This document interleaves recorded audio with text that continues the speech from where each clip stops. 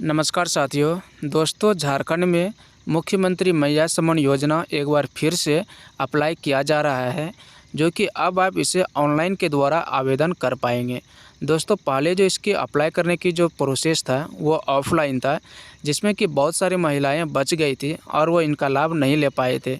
इसी को नज़र में रखते हुए झारखंड सरकार इसे ऑनलाइन के द्वारा आवेदन करने का जो तरीका है उसे चलाया गया है, जिसमें कि अब आप झारखंड के सभी महिलाएं जो कि 18 से 50 वर्ष के बीच में आते हैं वो इसे ऑनलाइन के द्वारा आवेदन कर पाएंगे और 1000 की जगह पे 2500 रुपये का लाभ ले पाएंगे। तो साथियों, आपके भी घरों में अगर कोई माँ या फिर बहनें हैं जिसकी एज 18 से 50 वर्ष के बीच में है और वो मैया समन योजना में आवेदन नहीं कर पाए हैं, तो अब आप जल्द से जल्द उसे ऑनलाइन के द्वारा आवेदन कर पाएंगे और उसका लाभ 1000 की जगह पे 2500 रुपये प्रति माह ले सकेंगे। तो इसका जो आवेदन करने के लिए जो प्रक्रिया है मैं आपको इस वीडियो में डिटेल्स में बताने वाला हूँ। इस वीडियो को आप लास्ट तक ज़रूर देखिएगा। तो साथियों, इसका आवेदन करने के लिए कुछ क्राइटेरिया है। अगर इनमें से आप आते हैं तो आप इसे आवेदन कर सकते हैं, ठीक है, जो कि मैं आप लोगों के साथ इसे मैं पूरी डिटेल्स में जानकारियाँ दे देता हूं। साथियों, इसे आवेदन करने के लिए सिर्फ महिलाएं होनी चाहिए। उनकी जो उम्र है 21 वर्ष से लेकर 50 वर्ष के बीच में होनी चाहिए। उस आवेदक का जो डॉक्यूमेंट है वो एक आधार कार्ड होना चाहिए, उनका एक बैंक अकाउंट होना चाहिए जो कि एकल अकाउंट होना चाहिए, सिंगल अकाउंट, और उसका बैंक अकाउंट में आधार कार्ड लिंक होनी चाहिए। वो जो महिलाएं हैं अनुसूचित जाति या फिर अनुसूचित जनजाति या फिर पिछड़ा वर्ग से होना चाहिए। उस महिलाओं के रिलेटिव में कोई भी सांसद या फिर विधायक से वो नहीं होना चाहिए, तभी वो अप्लाई कर सकते हैं। और उस महिला का जो पीएफ अकाउंट होती है वो उनका नहीं होना चाहिए। अगर उसका पीएफ खाताधारी अगर वो रहते हैं तो इसका लाभ वो नहीं ले पाएंगे, ठीक है। अगर ये सब चीज़ उनके पास है तो इसका अप्लाई वो करके इसका लाभ ले सकते हैं।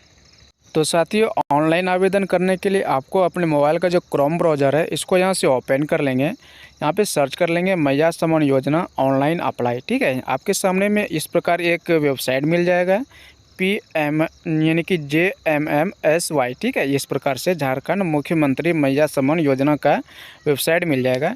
इस पर आपको सिंपली क्लिक कर लेंगे तो इसका होम पेज आपके सामने में इस प्रकार हो आ जाएगा, ठीक है।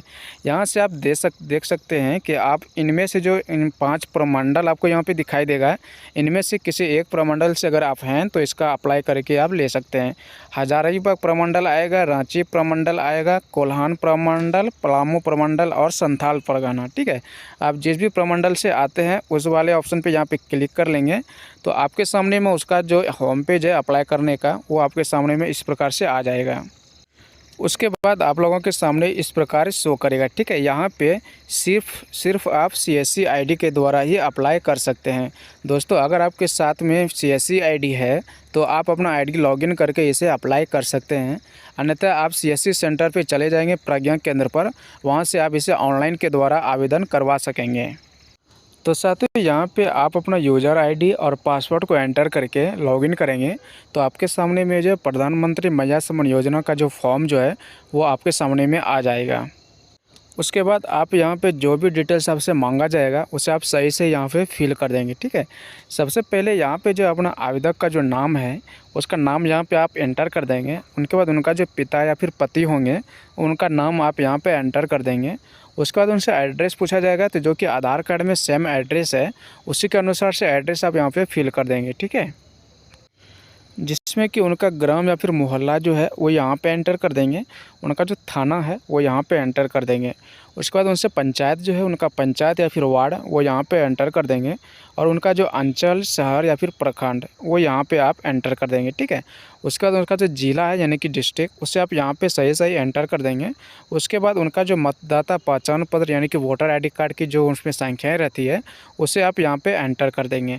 उसके बाद नीचे में आप देख सकते हैं उनका जो आधार संख्या है, आधार संख्या को यहाँ पे सही एंटर कर देंगे और उनका जो खाता नंबर है, खाता नंबर को सही से यहाँ पे एंटर कर देना है। दोस्तों, उसके बाद नीचे में आपको यहाँ पे दिखेगा आधार खाता लिंक, ठीक है। अगर उनका खाता जो है आधार कार्ड से लिंक है तो यहाँ पे क्लिक करेंगे, अगर नहीं है तो नहीं वाला ऑप्शन पे टिक लगा देंगे, ठीक है। यहाँ पे जो साफ दे दिया गया है, अगर उनका आधार कार्ड से खाता नंबर लिंक नहीं है तो दिसंबर के बाद वो इसे लिंक करवा लें, ठीक है। ठीक है। उसके बाद नीचे में जो उनका बैंक या फिर शाखा जो नाम है यहाँ पे वो इंटर कर देंगे। साथ में जो उसका बैंक का IFSC कोड है वो यहाँ पे आप एंटर कर देंगे। उसके बाद यहाँ पे राशन कार्ड की जो संख्याएं होती है वो आप यहाँ पे एंटर कर देंगे। राशन कार्ड में उसका नाम रजिस्टर्ड होना चाहिए। उसके बाद पैन कार्ड की जो संख्या है उसे यहाँ पे एंटर कर देंगे।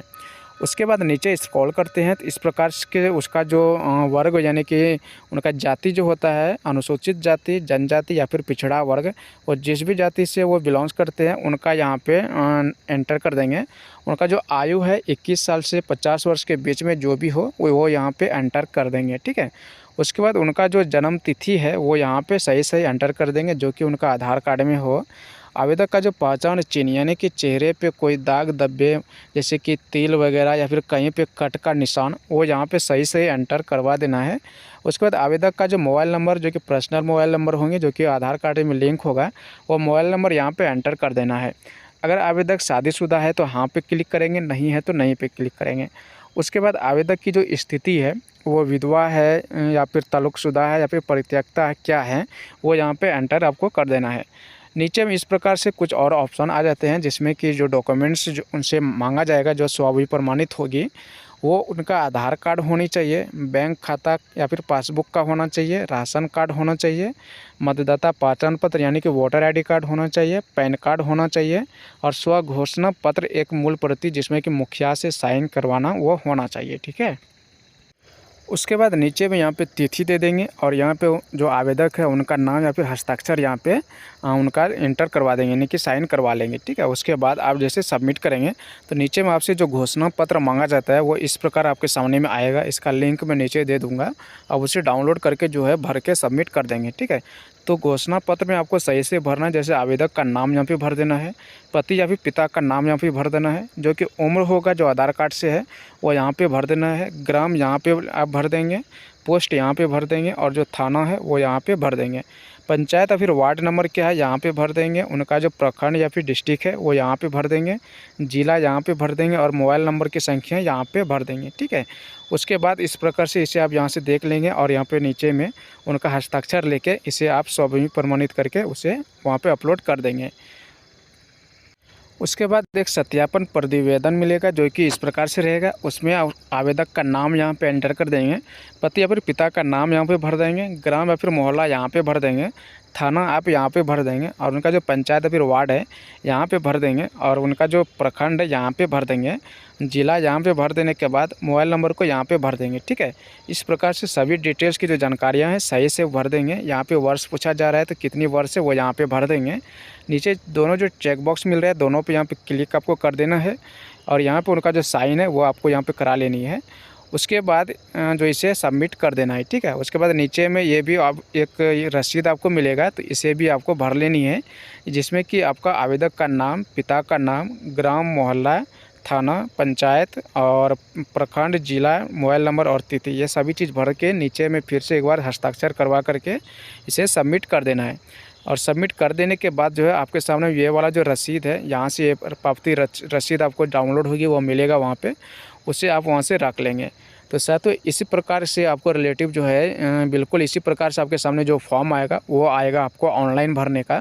वहाँ से इसी प्रकार से जानकारी आप सही सही फिल कर देंगे और उसे आप सबमिट कर देंगे। सबमिट कर देने के बाद जो आपके सामने में एक संख्या में एक नंबर आएगी जिसे आप नोट करके रख लेंगे। बाद में इसकी आप स्थिति चेक कर सकते हैं कि आपका ये जो है आवेदन जो किस स्थिति में पहुँचा है, ठीक है।